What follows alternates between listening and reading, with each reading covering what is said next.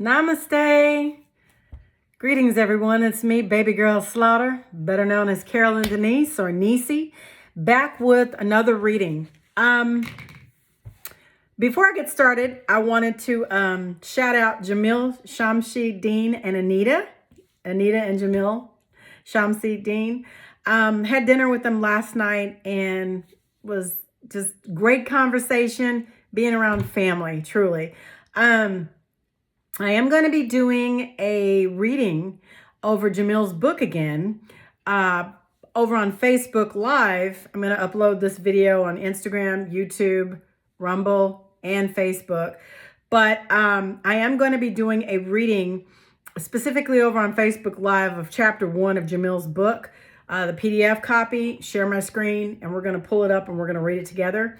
I have done extensive videos over both books. I've read both books entirely from cover to cover over on Facebook. And I just want to pull it up and share my screen because still there are a lot of people out there that have not purchased his book and have not read it. And shout out to my cousin, Dar. She had reached out to me a few days ago and had asked me, she's doing a... putting together some information on, quote unquote, and I don't like to use this word, but I am going to use it for the video, Black History Month in VR. And I sent her 2 pages of books that I do have in my own personal repertoire.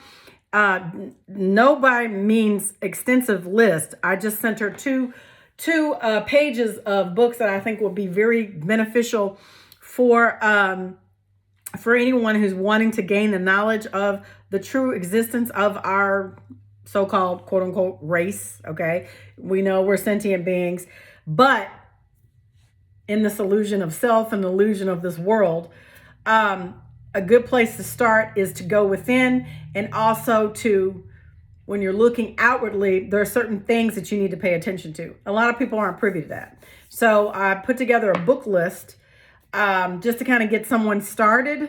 And then also a list of channels that I would highly recommend. I follow a lot of people too, like Chief. Shout out to Chief Wedwolf. Follow a lot of people like him, but I don't mention it. I don't really talk about it that much, but there are a few key people that I do follow quite a bit. Okay. Also, before we get started, I wanted to call out, we're going to be reading from The Murder of Reality and also Flying Serpents and Dragons.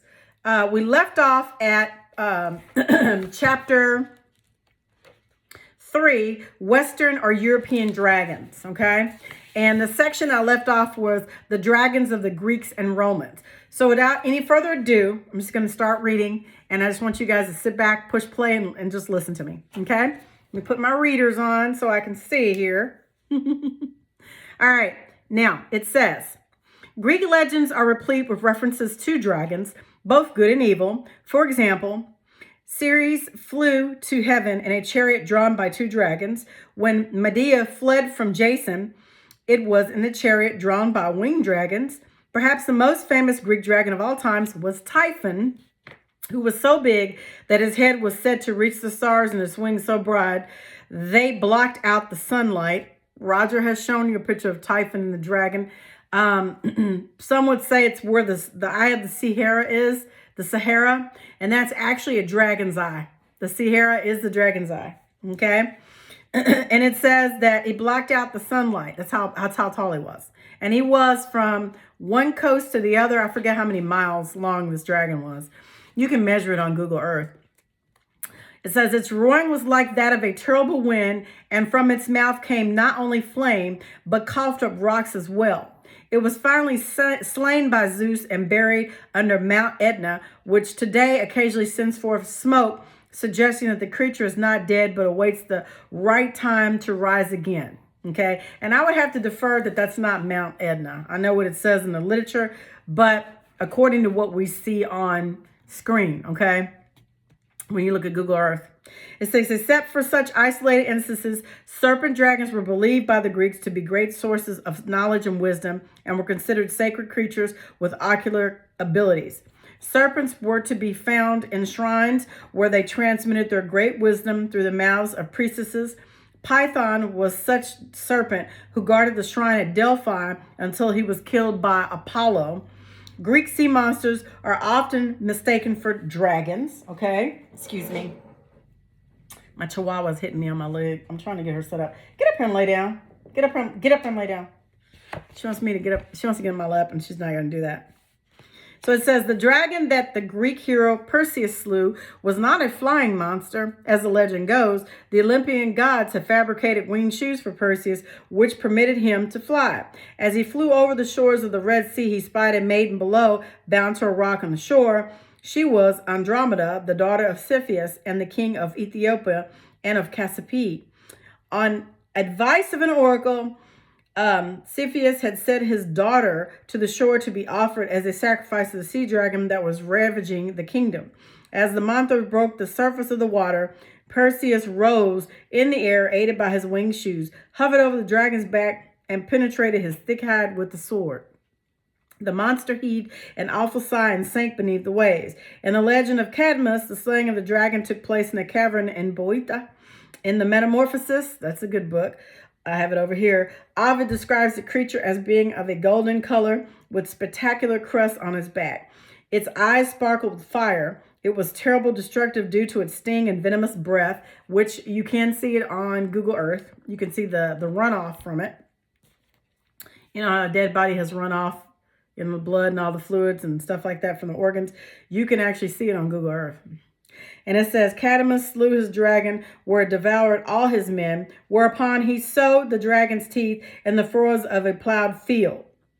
Instantly, each tooth became a warrior sprouting out of the ground, but they soon fought each other until only 5 were left alive.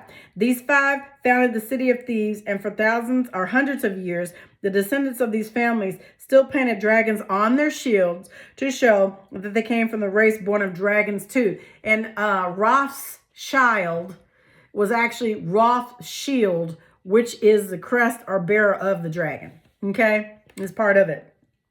Just FYI. It is possible that the poets of Greece and Rome may have introduced the dragon into their fables to give them a dramatic element of power and ferocity. In his description of the shield of Hercules, Homer describes it graphically as the scaly horror of a dragon, coiled full in the central field, unspeakable with the eyes oblique, retorted that a skunk shot gleaming fire. Hesiod, the Greek poet of the 8th century BC, also gave a vivid description of the same shield, but he made a distinction between the serpents and the dragons. On its center was an unspeakable terror of a dragon, glancing backwards with his eyes of gleaming fire. His mouth was filled with teeth, running into a white line, dreaded and approachable. On the shield, likewise, were heads of terrible serpents, unspeakable, 12 in number, who were wont to scare the race of men on earth. Whosoever changed to wage war against the son of Zeus. According to the Roman historian Livy, a sea monster or dragon seems to have bedeviled the Romans during the First Punic Wars.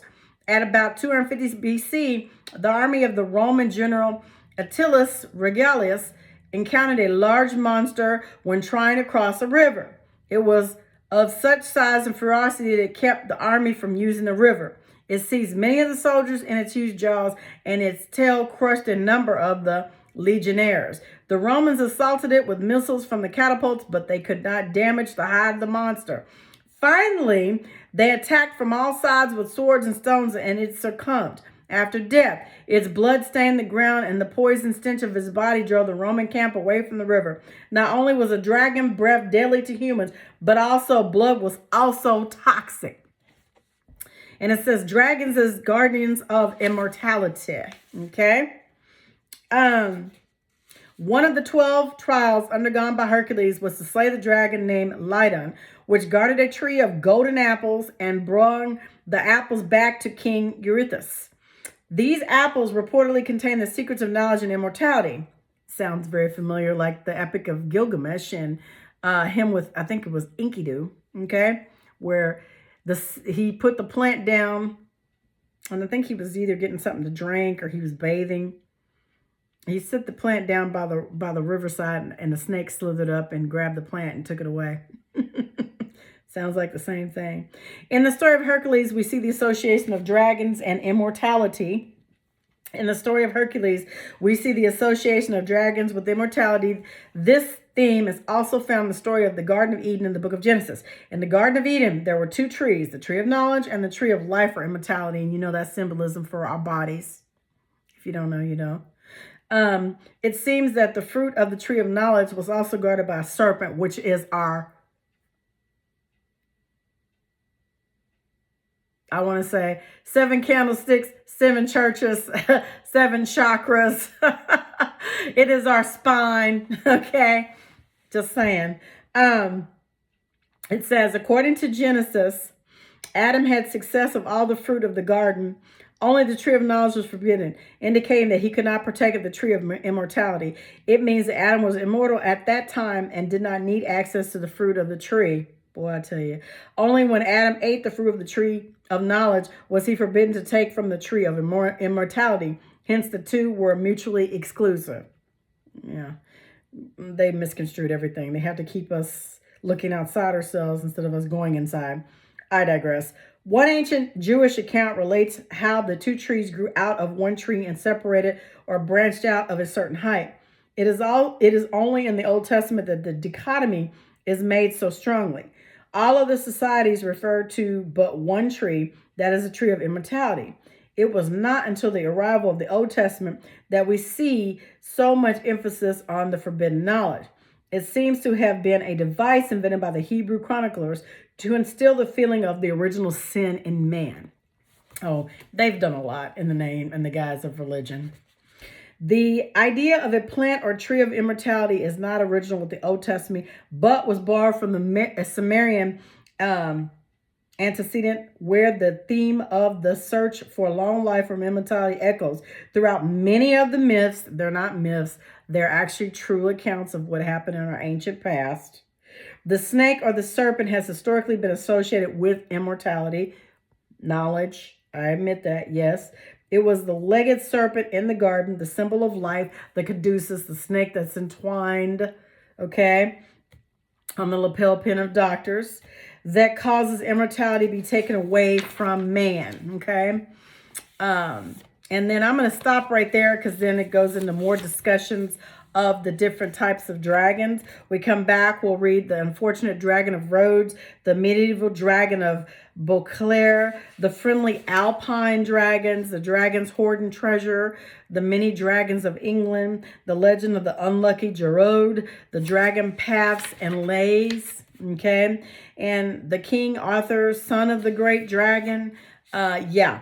So we are talking about chapter 3, and that's where we're leaving off at, and we are getting into the Western and European dragons, okay? And this is the flying serpents and dragon. That's where I read from, part 3 or chapter 3.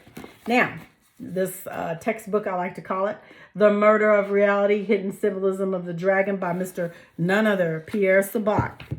Chapter 11, the Amorites. Okay, let's get into it. It says, the great king of the southern island, his name is the greatest Ha. His name is a very romantic king. All the wind is his song. All the stars are his dreams. Hame ha. Hame ha. Hame ha. The great king of the southern island, his queen's name is also Hame ha, a very kind wife. She gets out of her bed after sunrise and goes to the bed before sunset. Hame ha. The great king of the southern island, all of his children are named Hame ha. They don't like school, and if it's windy or late to class, when it rains, they stay at home. Hame ha. And it says, all the people of the southern island, everybody's name is Hame ha. An easy name to remember, but alas, it's confusing to all, as everybody you meet is called Hame ha. And this is a Japanese children's rhyme, and it's 1976 translation by Haruki Aya and Pierre Sabat. And it says, Amun historically is a god of the ancient Egyptians, overtly the local god of thieves, whose worship spread to Greece and Rome. The Romans referred to him as Jupiter Ammon, equated in Greek with Zeus. Archaically, Amun is allied with the Amorites, the founder of the first dynasty of Babylon, in particular with the rule of Hammurabi.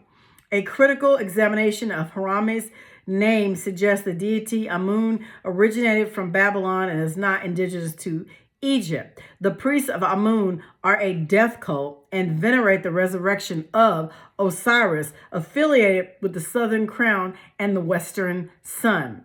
The cognomen, the Hammurabi, is translated as the rabbi of Amaru, depicted a Westerner. He is recorded as an Ish Hama Arva. In the Egyptian language, the name Hammurabi is read in the plural as the priest of Amun, phoneticized as the Amahama Owabi.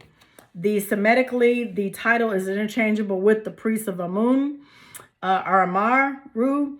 Otherwise, the Amaru Wabi or Warbi is Egyptian for the priest, and is the Hebrew rabbi is related to Syrian word Rab, the setting of the sun, and Rabbi, west. The Hebrew appellant rabbi, literally Lord or Master, is rendered in the hieroglyph as Wabi, a priest, and is consistent with the word Arab and Arab, or denunciation or denominational status, aligns with Judaic and Arabic priesthood to Egyptian via Babylon. The Arabs are represented esoterically as a scorpion in the Egyptian Arabic Arab, its venom a maker, denoting the bull's phallus.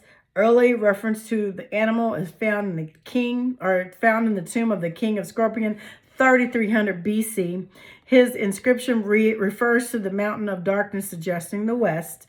A symbol of the scorpion is further integral to the deity Mithra, the god of the resurrection worship in Persia and Rome. In the Old Persian, Mithra translate a contract originating from the Sanskrit word mitra, also a contract, a term synonymous in the Sumerian language with martu, which is west, or mitra.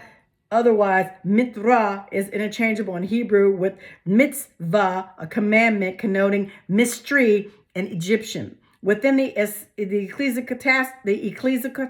ecclesiastical tradition, the mitra or mitri distinguishes the bishop's mitre, symbolic of the Western Martu church. The Greek noun mitri signifies a girdle or turban. Vestures worn by the priest denote the contract, emblematic of the Mithra and the worship of the Mithra.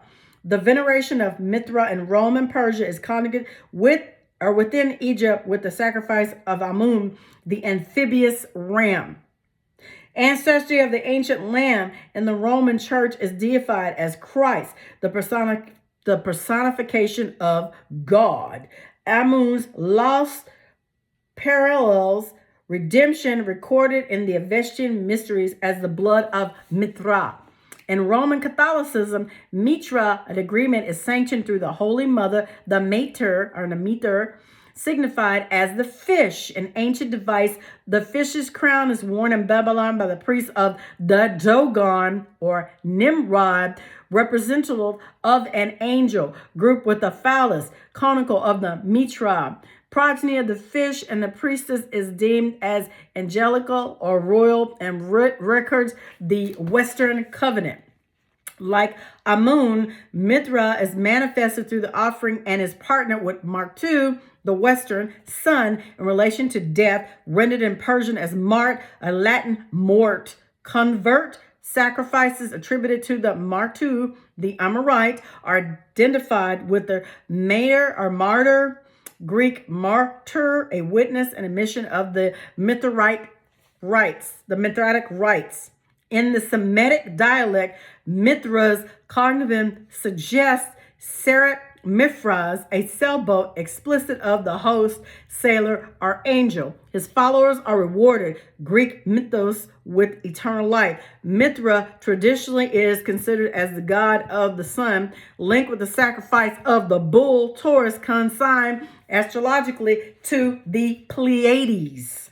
Okay, and here's a picture.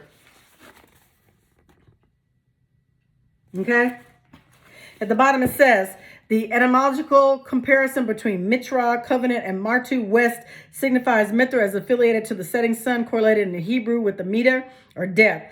Philologically, resemblance reveals a connection between the Martu and the Amorite, referred by the scholar David Roel. The kingdom of the Amorites is situated between Mesopotamia and the Mediterranean lands of Western Asia, termed Amaru, and the Egyptian word, the Semitic or Asiatic, is Amaru, a term cognate with the Hyksos, annotated or Amuz.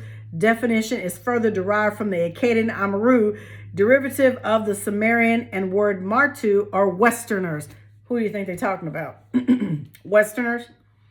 Amuru? Amaruka? Okay. Martu is cataloged in the Hebrew as Amori and is indexed under the name Amorite. Amori is rendered from the Hebrew etonym Amu or Hora. Okay. And it says the phallic crown of the Mitra is worn in Babylon by the priest of Dogon, an angel or dragon. The protagonist Nimrod is represented as a fish, and this is what Nimrod looks like. And y'all seen that video with him, right? Y'all remember seeing that video? All right. It says it was on YouTube a while back. It was him laying in his coffin, where they said it was supposed to be an Anunnaki king, and all of a sudden you saw that video and then it disappeared. That you might be able to find it, but it was an article and then it just was like, shh. It just shut down. It was like, hush. Okay. Next one says, the Martu are categorized linguistically with the late Persian word mart, which means death, Hebrew meter, Arabic mot, and informs the Latin root word mort. In the modern Arabic, the Martu of the Westerners refer to the Mada, the priesthood, recourse to the Midori, the English medium. Philologically, the Greek denunciation midoi informs the Hellenistic word media, or cunning, denoting the serpent or artificer-mation, symbolic of the ram or amun. Median's root is observed in the Latin adjectives medelis or magis, madis or magic, evocation of the media, a female priest, or medix, a magistrate. Appellation of the medix is an allegorious in the Roman language to the feminine noun medius, or middle, connotating the priestess or an arbitrator. Ritual practices concordant with the medis, or magic, correspond in Greek with the magos, magic from the magos, practitioner of the arts, and assignment of the magos is a derivation from the old Persian etonym magus, a magician or magi. The magus or the magna are correlated in the Semitic languages with the propagation of the angelic lineage. Demonstrated in Hebrew lexicon, magus is equivalent to maga mini, which is sexual intercourse, cognate with the Hebrew word magi, rendered in English as occult. The three wise men were magi. Okay, just saying.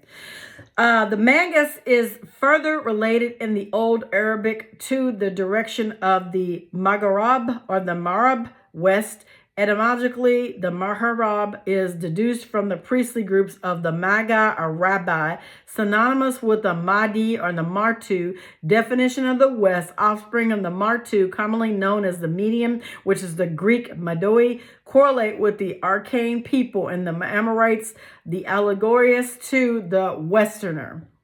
Transliteration of the Anglicized name Amorite is recorded in the Latin corruption Amortus, literally lover of rights. Consistent with favor right, the royal masculine noun ritus or right is traced from the Sanskrit word rutu, or red, corresponding to the Latin feminine noun vitus, or vine. Separatives is the Roman language of the name Amari, Hebrew Amor, or the Amoritus, parallel the Sanskrit etymology Amrit, the nectar of the gods, or the Amoritus is translated from the Arabic word Akkadi, which is Akkadian, a modification from the Akkadaha, a brother of the offering, elixir of the Amaru pertaining to the Amorite or the Akkadi suggests blood drinking, rendering the Greeks as ambrotus or English ambrosia, the immortal food of the gods, denoting the menses as blood, which is also, when I read before, it's contained or known as starfire. Commemorates in Arabic with the Ashmar or red. The Amorite is indicative of the Amaru registered from the line of Adam or Adam or red, which is Cain, or Kohan, which is red, and Esau is Edom, is red. Designation of the Amaru in the Western idyllic is punned conceptually with the Ameri, not loved, Latin Amorites, which is bitter. The Amaru and the Ameri people are rendered in the Hebrew language with e-mori, a term borrowed in Latin to signify the concept to die, die off, or die out. Emori are defined as a royal line, evident in the Egyptian Arabic title Emor or prince and Emora princess. By definition, the Emoru are a people of a great nation. Hebrew Hebraic Amuna. In addition, they are associated with the death of the firstborn, provident in Judaic theology, lethargic and appropriations of the newborn in Egypt, dialect are consonant with the Amma, to give, and to Amama, mother, from the Sanskrit word Amaha, nurse. The Emura, royal, and Amama, matriarch, infers ancestral relations obtained from the root Amma, which is a father, sister, or aunt. Prenatal, the Amma connotes the Arabic, the Edomin Amir, which is red, and informs the Greek noun Hamia, blood. The red mother heralds the prince Amir, which is a plural Amura, recounted in the Persian with Mar, a snake. Esoterically, the red Aboris depicted as a dragon or fox. Inception of the Western prince Amir from the Scarlet Matrix is referenced in the apocryphal literature in the book of Revelation, represented as the Antichrist's mother. The scarlet whore is symbolized of menstruation, and the West, the rabbi, related to the rabbi and to the Matu priesthood. In the Indo-European languages, the direction of west is in auspice and paired with death. Occidental, denoting someone from the west, is derived from the Latin occidi, to massacre, annihilate, wipe out, slay, kill, or murder, and is cognizant with the octus, the setting sun, and the west. The term Occidental is mutually inclusive of the Amori and associated with the Amorite, which is the Amartu, and let me see, Mada, Arab, and Rabbi. Okay, so it says, geographically, the border separating Egypt from Meru is located in modern-day Syria, referred to by the Greeks as the Amorus, recorded in the biblical rendition Aram, reduced to Amaru. The appellation, the Amaru, marks Ham, the son of the biblical patriarch Noah. In Genesis 10, Ham is noted as the father of Cush, patriarch to the god Nimrod, the hunter of the Orion. Genesis 10, 11. King James edition, Nimrod's kingdom encloses the following regions. And the beginning of the kingdom was Babel, and Iraq, and the Akkad, and the Caneb in the land of Shinar, a Sumer. Out of the land went forth Asher, Assyria, later Israel, and built Nineveh and the city of Rabuth and Kahab. Traditionally, Ham's son Cush, who's a Negro, is descended from the southern part of the ancient Nubia, a region of southern Egypt. Northern Sudan ruled over the southern white crown, and that's right here in the United States. And they try to always pin it over somewhere else. Don't get me started. Biblical scholars argue the cursed line of Ham signifies the black races. No, it does not, and Chief Red Wolf will tell you that.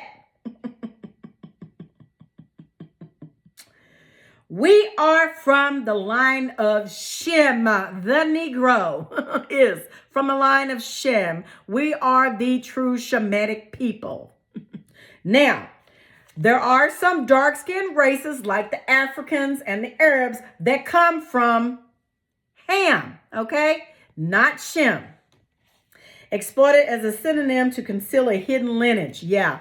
Pairing of the Amorous with the southern Egypt suggests the two regions are archaically identified with the same branch of people. No. The governance of these localities are historically stipulated covertly under contractual obligations to the rule of Hammurabi, apportioned to the upper crown. According to the seals dedicated to Hammurabi, or the Amu-Wabi, the principal deity are Amun's referred to as the Amaru, a term also used to distinguish his nation or people. The Amaru is interchangeable with the Egyptian god Amun.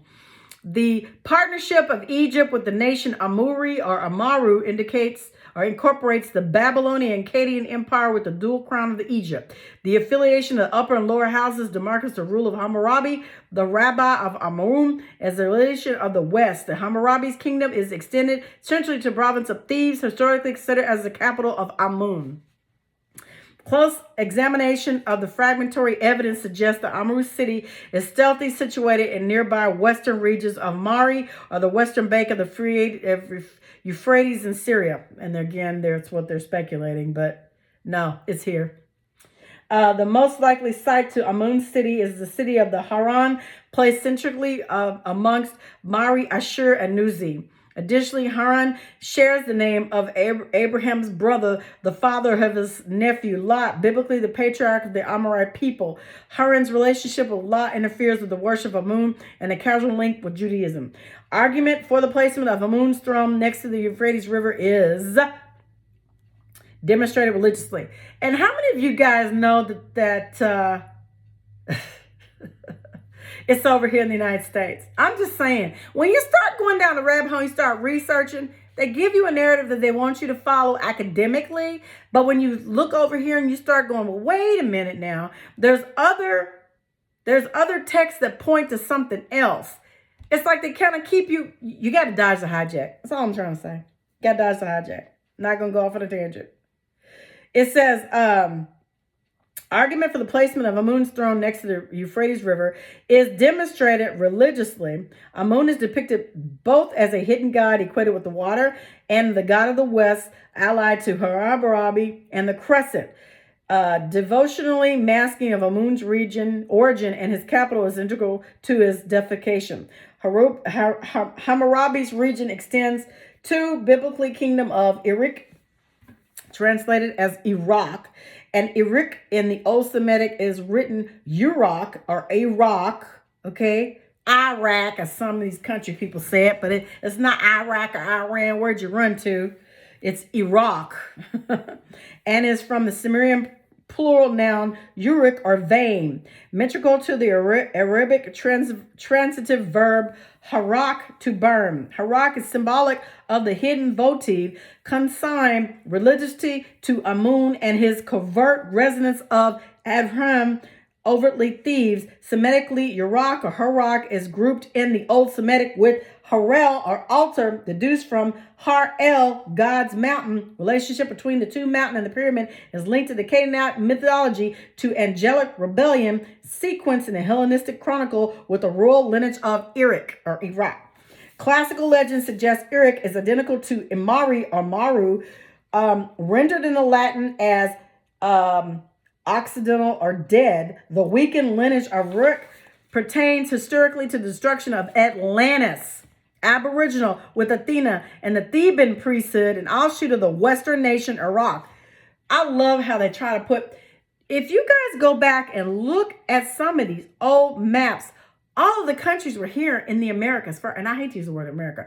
All the countries were here in this region first. And what they did was everybody broke up and they traveled to all these different parts of the world. And they set up shop with the same names that were here first, and they took them over there. I'm just telling you. Look up how many cities that are named Cairo. I'm just saying, look at how many cities were named Egypt and Russia here in the United States. And I hate to use that word, but I'm just simply saying here in the West, okay? You got to dodge the hijack, people. Chimera is another good source, another good resource. It says the Aboriginal with the Athena and Theban priesthood and offshoot of the Western nation Iraq, subsequently Iraq, Athens is traced from the descendants of Ham, the son of Noah, referred to chapter 32, the builders. Iraq's name index in the classical Greek signifies strife, a bridge from the Semitic noun Uraka, or I hope I said that, Yariak, the moon, diminutive of Yorid, to descend. The lunar crescent and an emblem of Venus marks the Assyrian or Western priesthood. Etymologically, Iraq and Yorhaki relate to the verb havoc, its root word, according to the Oxford Dictionary, unknown. Significantly, Iraq's application in ancient Greek is used to note the Athenian kings whose vestiges originate from a fallen lineage, angelic, equated with Iraq or Iraq. Classical mythology partners the European kings with Uruk, sourced earlier from Atlantis. And I hate when they use mythology because that's just another assumption. See, they got to paint this narrative to keep people confused. According to Plato, the Eurystheus or the Eurystheus is the first king of the Athenians and the progenitor of the Athenian race, a theme repeated in Homer's Iliad. Eurystheus or Cecrops in Plato's account and noted for fighting against the people of Atlantis. Eurystheus and Eurystheus names are translated as the strife of the earth and the shatterer. Recorded in Greek legend, Eurystheus' appearance is part human and part serpent, listed in Plato's Critias with Cecrops or circular eye, connoting the Cyclops. The astonishing tradition is repeated in the Polydorus library. The Cecrops is cited as the first king of Athens, born with the earth Adam, possessing the body of a man and a serpent joined into one. We do have a serpent brain. Just saying. Example afforded by Iraq and the Athenian line is important as it illustrates the region of Greece is connected to Syria and satellite Egypt, specifically Thebes. Bloodline of the Athenian kings and later the Roman emperors trace their descendant from the capital Thebes, covertly Haran. Influential, Haran's affiliation outlined the serpent genius and the propagation of the Western or Roman church. In ancient order, the Thebes government noted the cobra crown, a device ratified covertly with Syria or Haran, the Western priesthood, dominant of Amun. Secretly, this denomination is known throughout history variously as the Amari, the Amor, the Iraq, the Uruk, the Amorite, the Canaanite, the Umar, the Huskas, the Martu, the Midori, the Mada, an institution seated with Babylon, Egyptian, Athenian, and royal dynasties, avowed as the Western Empire, the cornerstone and mantle of Europe. Cornerstone and mantle of Europe, the Western Empire. Boom. And again, take away from this. Shem is the progenitor of the Negro, aka the American Indian. That is who I am, and that's who the majority of you are too today, who call yourself none other than African American, Black, Negro, Colored, Mulatto. We've been rebranded 6 times, reclassified 6 times. Shem is our progenitor. Ham is the progenitor of the Africans and the Arabs. Okay? That's all I'm saying. That's all I'm saying. That's all I'm saying. This was a very interesting read, you guys. I like this last part. Western priesthood, nominal of Amun. Secretly, this denomination is known throughout history variously as the Amora, Amaru, Emori, Uruk, Iraq, Amorite, Canaanite, Umar, Huskas, Martu, Midori, Mada, institutions seated the Babylon, Egyptian, Athenian, and Roman dynasties avowed as a Western empire, the cornerstone and mantle of Europe. Boy. So that was chapter 11, okay? Chapter 11, the Amorites. Next up, chapter 12, the Thebes and the offspring of the dragon. That's going to be a good read too. Man, we're cruising through this book. We are cruising through it. Hope this has been beneficial. I hope it's been a good read. you know, you just really got to dodge the hijack, everybody. I am so serious about that. You really got to dodge the hijack. So we done read the first 11 chapters out of this textbook. And I just love it. Septuaginta, from the Latin word, the serpent race. I'm telling you, the serpent wisdom returns. I got that book up there that we might deep dive into. So we are about quarter of a way through.